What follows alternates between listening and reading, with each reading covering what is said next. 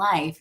And so I'm curious, Jennifer, if you would be open to sharing, like, what tips do you have for faculty who are like approaching a new semester and they're like, I need to maybe like set some goals. I haven't been Right. as mindful as I might want to be. What can I do? Oh, I would love to share some tips. Okay, I'm going to work with my imaginary, common, maybe not ideal, but my imaginary Jane and Joe Doe faculty member whose goals are, they might say, like, totally self-evident, right? Get the grant, write the book, write the article, right? It's the things. And I would say that, like, so I come from the humanities, and our yardstick was the single authored monograph, right? And if I were to be in a coaching relationship with a humanities scholar, it's like, well, this semester my goal is to write the book. I'm like, oh, you're so funny. No, it's not.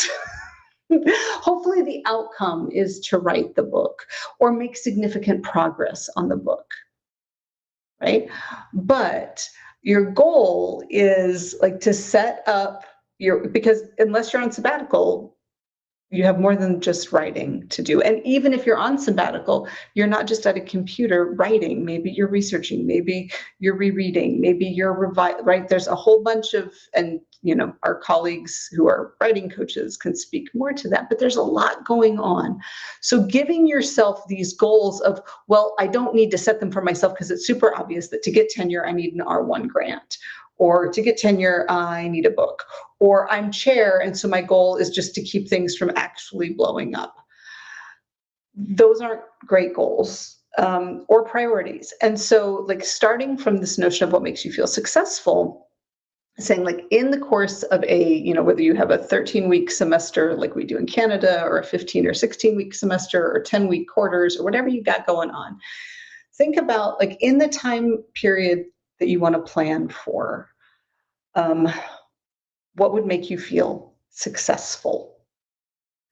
And achievement is probably part of that, but it's not the sum total of what's going to make you feel successful. And what is in alignment with your values and your life commitments?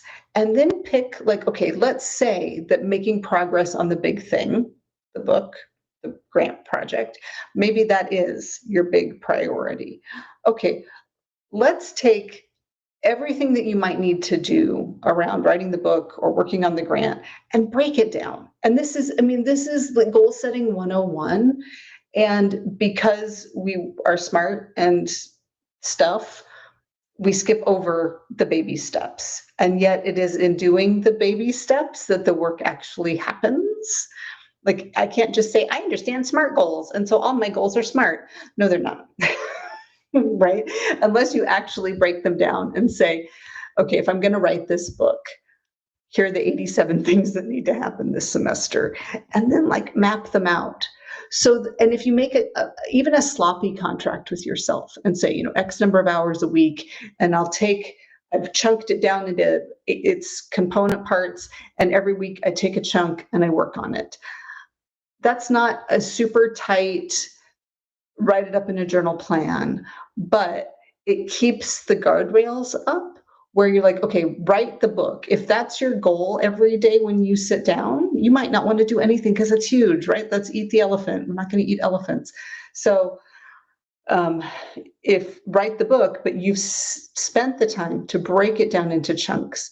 And then during your research time each week, you take one of those chunks and you work on it. And when it's done, you set it aside and then you go do the next one, so that you trust, I've created this container, I've created a contract with myself. And if I fulfill my contract with myself, I will be just about this far along at the end of this term. Right? And so the mindfulness there is not like just running with the big picture and assuming that because I know that the end goal is the book or the grant or whatever, or the X number of publications, that I'm just working towards that until I'm done.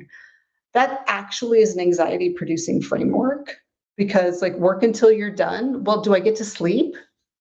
What does that mean, work until I'm done? No, like, this week I'm spending this much time, and I've spent the time mapping out the semester so that I trust if I follow the plan, I will make progress. And so there's a lot of like building self-trust in if I set goals and I complete them, things happen.